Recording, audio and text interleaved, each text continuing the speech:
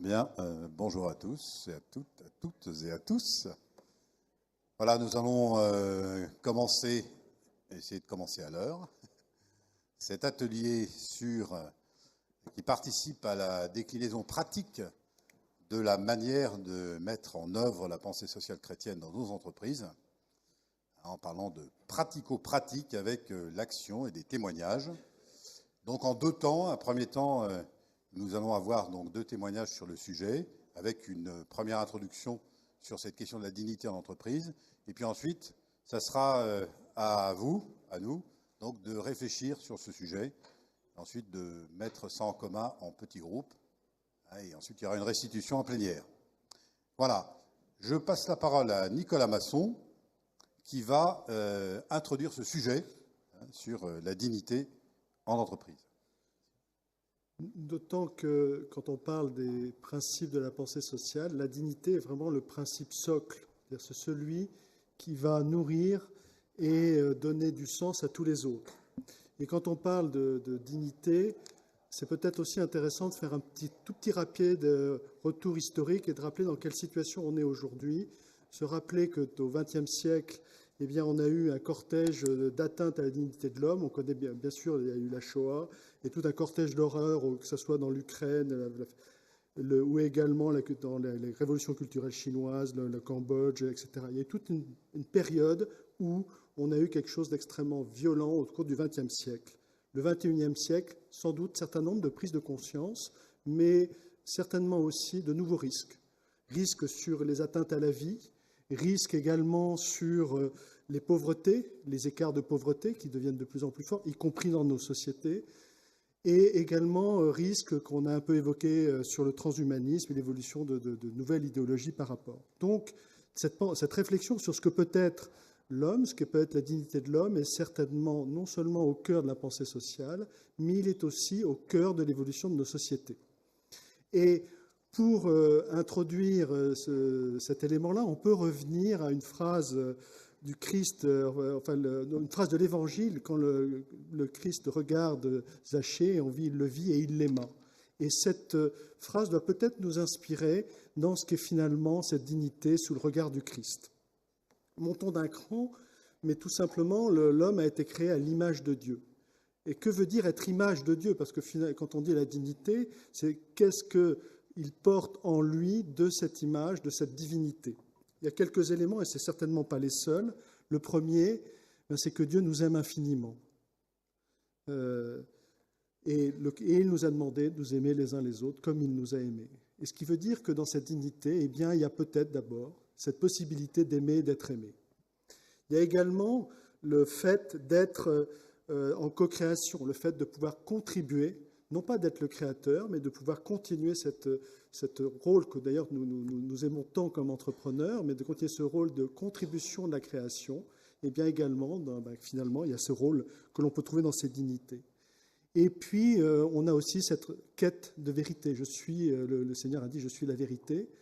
Je suis la vérité et la vie. L'homme est capable, tout homme, et c'est du cœur de sa dignité, il est capable de chercher la vérité, ce qui nous renvoie d'ailleurs aux Assises de Nantes. Donc tout homme, quand on parle de cette dignité, eh bien on a devant nous cette création à l'image de Dieu de chacune des personnes que nous pouvons regarder. Et finalement, la meilleure introduction qu'on peut avoir, c'est de se dire dans le fond, cette image, elle est dans chacun des personnes, nos clients.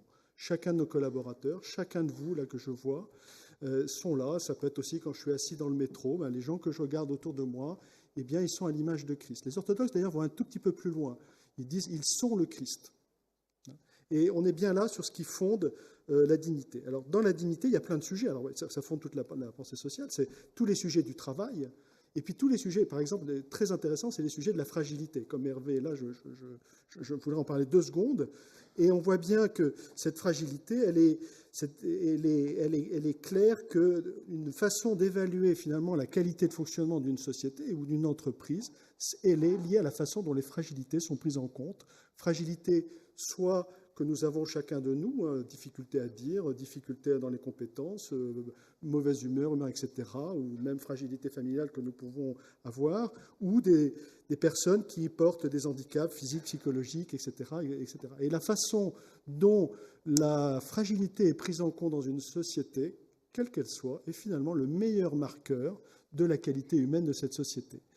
Et voilà, c'est un petit peu ça que je voulais dire. Dans le fond, quand on est invité à cela, par ce regard sur l'autre, ce regard sur ses fragilités, sur nos fragilités, comme introduction, comme façon d'ouvrir sur ce qu'est cette dignité. Merci Nicolas.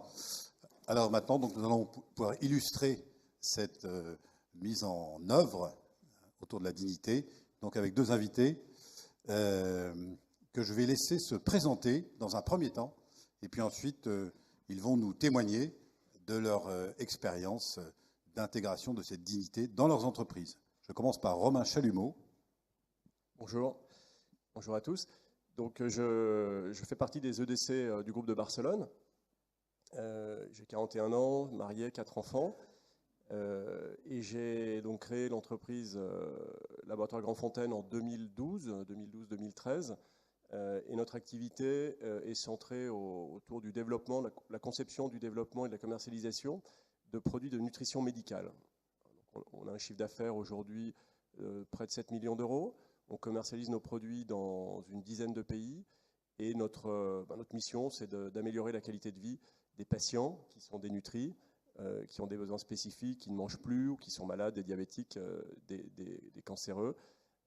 Donc notre activité est vraiment centrée sur la recherche, le développement de formules. On externalise la production, on s'occupe des études cliniques, du réglementaire, et la commercialisation de nos produits se fait dans les différents pays dans lesquels nous sommes via des accords de distribution avec des laboratoires pharmaceutiques locaux, principalement en Asie, au Moyen-Orient et en Europe. L'entreprise, combien de collaborateurs, à peu près chiffre d'affaires? Petite vingtaine de collaborateurs directs à Barcelone sur des postes de pharmaciens, d'ingénieurs.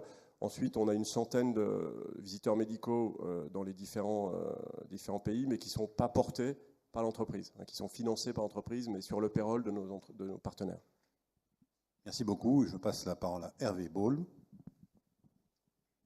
Donc voilà, je suis marié, père de famille, avec 4 enfants et 4 petits-enfants également. Voilà. Donc j'ai eu une première carrière professionnelle plutôt dans le monde de la finance, puisque j'avais, avec 2 associés, développé une solution informatique pour notamment gérer tous ces produits complexes et structurés dont on nous a parlé tout à l'heure. Et j'ai revendu cette société en 2005. Voilà. Et après un moment de réflexion sur quel était mon chemin, et après avoir fini le chemin de Saint-Jacques, j'ai décidé de rentrer dans un monde qui était plutôt tourné vers l'insertion par le travail pour des personnes en souffrance psychique. C'était une structure qui avait été créée quelques mois avant, qui allait un petit peu dans le mur, et dont le directeur général avait démissionné. Et voilà, et j'ai été un petit peu séduit par la cohérence, et sans avoir mûri la pensée sociale chrétienne, mais en voyant beaucoup aujourd'hui, après cette année EDC, je vois beaucoup de coches et de cases qui sont cochées dans cet investissement au cours de ces 13 années. Aujourd'hui, nous sommes 95, 3 structures, un ESAT, une entreprise adaptée, une entreprise d'insertion. Le travail, c'est de récupérer des parcs informatiques de grandes entreprises qui sont remis à neuf par ces personnes, notamment les personnes en ESAT et en EA. Donc on a eu besoin, en se développant, de personnes plus autonomes, plus indépendantes, d'où l'ouverture d'une entreprise adaptée, qui sont des personnes plus proches du monde du travail, qui ont le droit de travailler dans le monde du travail, alors que les actes, c'est du médico-social, c'est des gens très protégés, qui ont 80% de handicap, 50% pour ceux qui sont en entreprise adaptée. Et comme on s'est retrouvé avec des clients qui nous achetaient des ordinateurs, notamment beaucoup d'associations, beaucoup d'écoles, beaucoup de particuliers, Mais pour les associations et les écoles, ils avaient souvent besoin, après quelques dizaines de PC, d'un serveur, et ils avaient besoin d'installer et de mettre en place des systèmes de sauvegarde. Et voilà, c'est là où on a créé une entreprise d'insertion pour des chômeurs longue durée, pour essayer de les aider à trouver un métier. Et on les a formés au métier de technicien réseau pour qu'ils puissent rebondir dans l'emploi. Donc là, ce n'est pas des personnes handicapées, et ils sont un petit peu, on est moins d'une dizaine sur cette structure-là. Voilà, merci Hervé. Voilà, donc la dignité dans l'entreprise, dignité comme avec l'introduction de Nicolas, donc les fondamentaux, conditions de travail, rémunération bien évidemment, et puis surtout, donner du sens, pouvoir grandir en humanité dans son travail. Donc on va voir le témoignage précis donc, de nos deux amis, avec d'une part faire grandir en humanité les travailleurs eux-mêmes dans ce qu'ils sont, c'est notamment l'exemple d'Hervé, et puis avec Romain, finalement, unir tous les collaborateurs autour d'un projet fort qui a du sens. Donc je les laisse parler de leur expérience. Romain. Merci. Alors, la pensée sociale chrétienne, c'est un outil efficace, on le sait tous. Aujourd'hui, c'est relativement facile parce que c'est mainstream, comme on dit. C'est des choses que les jeunes recherchent. Donc, s'agissant de dignité, de bien commun ou autre, on tombe au bon moment, quoi. C'est relativement ça tombe au moment, disons. Et donc, pour moi, la PSC, c'est vraiment, ça permet de poser un regard vrai à l'entrepreneur sur son entreprise et de se poser la question, qui dit dignité dit également bien commun, donc de définir les valeurs, les ressources que l'entreprise doit mettre à disposition de ses collaborateurs, de ses salariés, de ses fournisseurs également, de ses clients, de tout son écosystème. Donc nous, notre métier, c'est la nutrition, c'est développer des produits pour soigner des gens. Et on a eu la chance, et je vais illustrer mon expérience par un exemple concret chez Laboratoire Grand Fontaine, où on a pu mettre en œuvre, disons, sur un exemple qui n'était pas prévu dans notre business plan, qui n'est pas cœur de métier, comme on dit, mais de mettre en œuvre et de travailler sur la dignité en interne et en externe. Donc en 2013 ou 2014, des chercheurs de Barcelone sont venus me voir en me disant, voilà, on a fait des recherches sur la trisomie 21, avec des résultats intéressants, mais on ne trouve pas de labo, on ne trouve pas d'entreprise pour industrialiser. En fait, il s'agissait d'utiliser un extrait de thé vert, le GCG, à haute dose, chez les patients atteints de trisomie 21, et pour inhiber une voie métabolique qui s'appelle DIRK1A, qui est surexprimée chez ces patients, et l'inhiber et rétablir un certain nombre de paramètres. Donc, tout ça avait été démontré sur une étude pilote avec des résultats vraiment étonnants, mais le sujet était assez casse-gueule parce que ça ne rentrait pas dans des cases réglementaires, ce n'était pas un médicament, pas un ADD-FMS qui est un statut assez particulier, et donc les grandes boîtes n'avaient pas accepté d'industrialiser. Alors moi, ça me semblait à la fois risqué, dangereux, parce qu'on démarrait, on n'avait pas beaucoup de ressources, mais néanmoins hyper prometteur, et puis c'était assez déstabilisant de laisser ces gens, ces parents qui voulaient voir un produit aller au marché. Donc finalement, j'ai écouté mes tripes, mon cœur, et je me suis dit, bon, il faut y aller. Et on est parti donc dans le cadre de ce projet. Les premières recherches avaient été financées par la Fondation Le Jeune et une fondation catalane. Nous, on a financé l'ensemble de l'industrialisation et toute la partie réglementaire qui, dans nos métiers, est assez compliquée et assez coûteuse. Et donc, ça a appelé toutes les ressources de l'entreprise, nos scientifiques, j'ai des pharmaciens, des ingénieurs agro, nos équipes de réglementaires, nos commerciaux, qu'une fois le produit commercialisé, ont dû aller présenter ça en Arabie Saoudite, au Vietnam, aux Philippines. Et donc, ça a été un projet assez structurant. Et j'ai dû personnellement le freiner un peu parce que l'appétit des équipes pour ce genre de projet qui n'est pas dans le cœur d'activité, mais qui fait beaucoup de sens, où le retour de nos patients, des familles, est tel que tout le monde partait sur ce projet qui s'appelle FontUp et laissait un peu de côté notre cœur d'activité. Donc on fait des choses autour de FontUp assez marrantes. On sponsorise, en Espagne, le foot est un sujet assez important et tous les clubs professionnels ont une équipe de foot pour les personnes qui présentent un handicap mental. Et donc on est sponsor qui s'appelle la Liga Genuine. Donc on est sponsor, donc les jeunes de l'entreprise vont les week-ends à Tarragone, à Gérone ou autre, assister à ces tournois. On a des symposiums, des réunions scientifiques. On a été partenaire du premier congrès mondial à Trisomie 21 à Paris. Et donc c'est très, très, très chouette de voir tous ces jeunes qui passent leur week-end à partir voilà, hors jour de travail sur ce projet.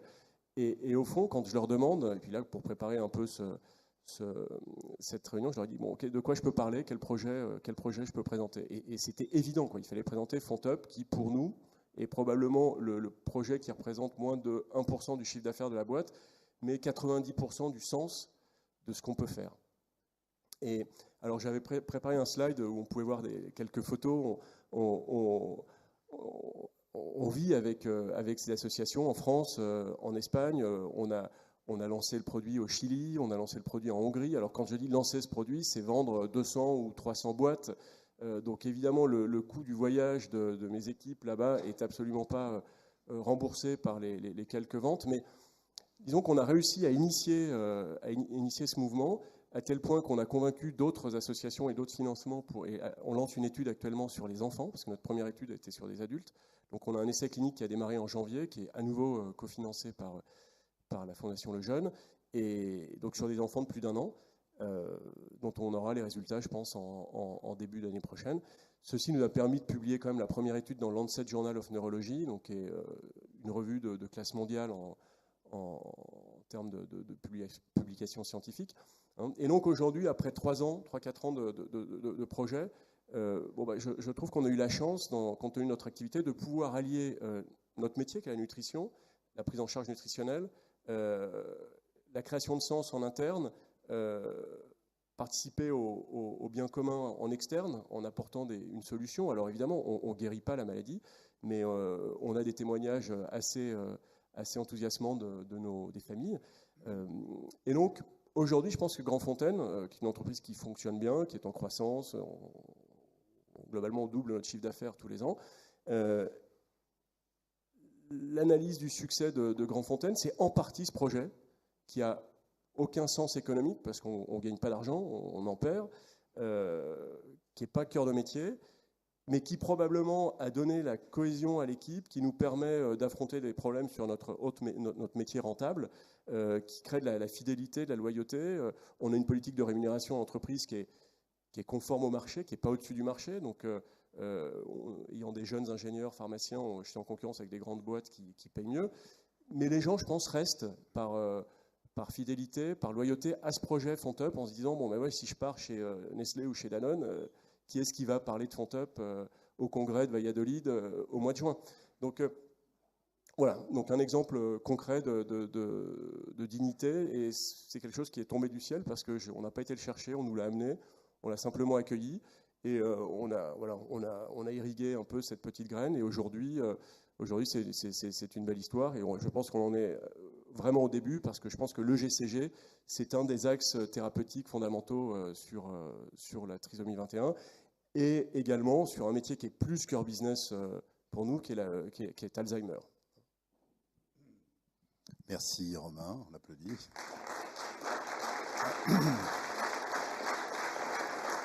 Voilà donc un bel exemple qui fait sens et unit tous les collaborateurs autour de ce beau projet. Et maintenant donc Hervé. Merci. Oui, ce que je ne vous ai pas dit tout à l'heure, c'est qu'on était 95, on fait à peu près 3 millions de chiffres d'affaires en vente de PC, ce qui représente 40 000 PC vendus. Et on reçoit quand même pas loin de 50% d'aide de l'État ou d'aide de fondations privées. Voilà. Le handicap psychique est très mal perçu en entreprise. L'entreprise accepte d'intégrer des personnes avec un handicap physique assez facilement, je ne sais pas si je dois dire ce mot, mais en tous les cas, c'est plus facile de les intégrer, alors que quelqu'un d'imprévisible, je crois que je parle de la maladie bipolaire, de maladies compliquées, de la schizophrénie, paranoïa. Voilà, donc on a des gens qui sont touchés, qui sont souvent pas toujours prévisibles, qui prennent leur traitement, qui ne le prennent plus. Donc c'est difficile à gérer pour une entreprise. Donc notre mission de réinsérer par le travail toutes ces personnes, donc d'abord il faut les former, c'est notre premier métier de formateur quand on les intègre pour qu'ils puissent faire un job et d'essayer de discerner leurs qualités, on va pouvoir mettre un chemin de carrière pour eux et essayer de voir quels sont leurs points forts, leurs talents, et essayer de les développer dans cet axe-là. Donc voilà, ça peut être cariste, pour conduire le chariot élévateur, mais ça peut être également des opérations très complexes qui touchent la mémoire de l'ordinateur, ou simplement vider les disques durs et les effacer, parce qu'on a des engagements de confidentialité, bien sûr, avec nos clients. Donc ce qui m'a touché et ce qui me touche encore et ce qui me résonne beaucoup en moi, c'est que c'est une chaîne de solidarité que je trouve formidable. D'abord, qui part des entreprises, qui sont souvent généreuses, qui font parfois payer leur stock, mais qui souvent donnent leur stock parce qu'il est amorti comptablement. Donc il a 3 ans, il a 4 ans d'ancienneté, mais il change de matériel. Ils peuvent nous le proposer à 18 mois, certains nous le proposent, c'est du très très bon matériel, c'est plus rare, mais du coup ça nous permet d'avoir une gamme un petit peu étendue. Et ces personnes qui travaillent, qui remettent à neuf, puisqu'on est distributeur de Microsoft, etc., on réinstalle Unix ou Microsoft, mais à 99% c'est Microsoft, et du coup ces personnes ont un travail dans le high-tech. Pour eux, c'est l'image qu'ils ont vis-à-vis de leur famille, vis-à-vis de leurs amis, ils travaillent dans une boîte techno. Même si parfois il y a beaucoup de manuels, mais c'est l'image de notre société. Ensuite, tout ce travail qu'ils fournissent, qu'ils font, et tout ce talent, et ils mettent beaucoup de qualité et beaucoup, ils développent vraiment des qualités d'acharnement pour faire le mieux et vraiment avoir un matériel sans défaut. Et ça, c'est aussi impressionnant de voir se développer toutes ces qualités, eh bien, servent des personnes qui finalement n'ont pas les moyens d'acheter du neuf, que ce soit les associations ou les écoles, qui sont très très justes, que ce soit des écoles publiques ou des écoles privées, mais ça peut être aussi des particuliers. Alors après, il y a d'autres personnes qui ont des particuliers qui peuvent acheter un deuxième ordinateur, et le très haut de gamme qu'on a, c'est souvent des gens qui sont branchés et qui veulent faire une bonne affaire et qui achètent un matériel très puissant, pas cher. Donc, on a un petit peu tout, mais quand même, la majorité, quand c'est un PC fixe qu'on vend à 50 € ou un portable où on démarre à 150 €, c'est des personnes qui n'ont pas beaucoup de moyens et qui viennent avec leurs enfants, un sac plastique, dans le magasin d'usine à Aubervilliers et qui repartent avec leur matériel. Donc voilà, alors bien sûr, on vend beaucoup par Internet, mais donc cette chaîne de solidarité qui démarre des entreprises, publiques ou privées, les personnes qui remettent à neuf pour servir et permettre un travail, permettre de trouver du travail, permettre aux enfants de s'intégrer dans cette technologie et de connaître un petit peu le monde informatique. Tout ça, ils s'en rendent compte et ils servent dans la société, ils sont vraiment utiles, ça a un vrai sens et ils ont une place de choix. Et donc, ils sont très fiers de leur travail et je crois que ça se sent quand on vient visiter. Je peux vous inviter à venir visiter Ecoder. Ils sont tous très fiers de parler de leur travail et de démontrer tout ce qu'ils font et la complexité de ce qu'ils font. Voilà. Donc tout ça, tout en préservant la planète, il est mieux quand même de réparer et d'utiliser le matériel d'occasion plutôt que de le détruire et de l'envoyer broyer en polluant un peu plus la planète. Donc je crois que il participe à un rouage qui est formidable. Merci Hervé, ce beau témoignage avec Ecoder. Et donc vous avez dû suivre aussi l'ensemble de la journée. Et vous avez vu un autre dirigeant qui parlait d'Ecoder tout à l'heure. Il faut peut-être décoder. Et effectivement, en plus de ça, donc Hervé, eh bien, il est en train de transmettre. Donc voilà, bravo encore, transmettre l'entreprise. Peut-être un mot là-dessus. Étienne Hirschauer a témoigné ce matin et effectivement un très beau témoignage et je suis vraiment très, très fier, très heureux de pouvoir lui transmettre à quelqu'un de cette qualité, Ecoder, dans les mois qui viennent puisque je vais prendre ma retraite. Merci Hervé, merci à tous les deux. Voilà, au travers de ces deux beaux témoignages sur la dignité, hein, un projet fort avec Romain qui donne du sens, finalement tellement de sens à tous les collaborateurs de l'entreprise, et puis cet autre beau projet avec Hervé qui justement permet à des personnes qui seraient en dehors de la possibilité de travailler, justement d'avoir un sens à leur travail, de pouvoir travailler, grandir aussi, être fiers de leur travail, fiers de leur job. Voilà, donc de très beaux projets. Donc par rapport à ça, le temps que nous allons avoir donc maintenant, un premier temps donc de réflexion personnelle. Voilà, donc je vous invite à réfléchir, à méditer tout ça et à noter. Puis donc le temps, un premier temps de réflexion où vous notez quelques idées individuellement, et ensuite, eh bien, vous allez mettre ça en commun donc avec les personnes qui sont autour de vous. Donc premier temps, réflexion personnelle. Oui, tu veux? Non, non. Donc, dans ces deux témoignages, la première question, c'est qu'est-ce qui vous a frappé dans ces deux témoignages? Donc, appliqué à chacun d'entre nous, qu'est-ce qui m'a frappé dans ces deux témoignages? Voilà, je vous laisse réfléchir et noter.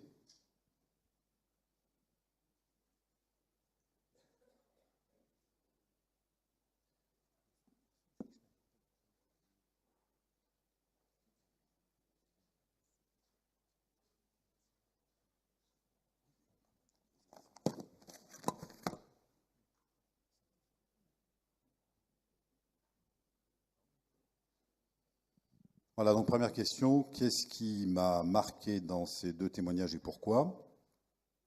Et dans le même ordre d'idées, mais plutôt chacun donc par rapport à sa propre expérience, qu'est-ce qu'ai-je personnellement bâti, hein, puisque c'est notre thème de cet après-midi, dont je suis fier, voilà, et ça peut être quant à ce dont on a parlé ici, hein, sur la dignité, mais ça peut être aussi sur les autres aspects de la pensée sociale chrétienne, bien commun, solidarité, subsidiarité, etc. Donc, deuxième question, qu'ai-je personnellement bâti, voilà, dont je sois fier?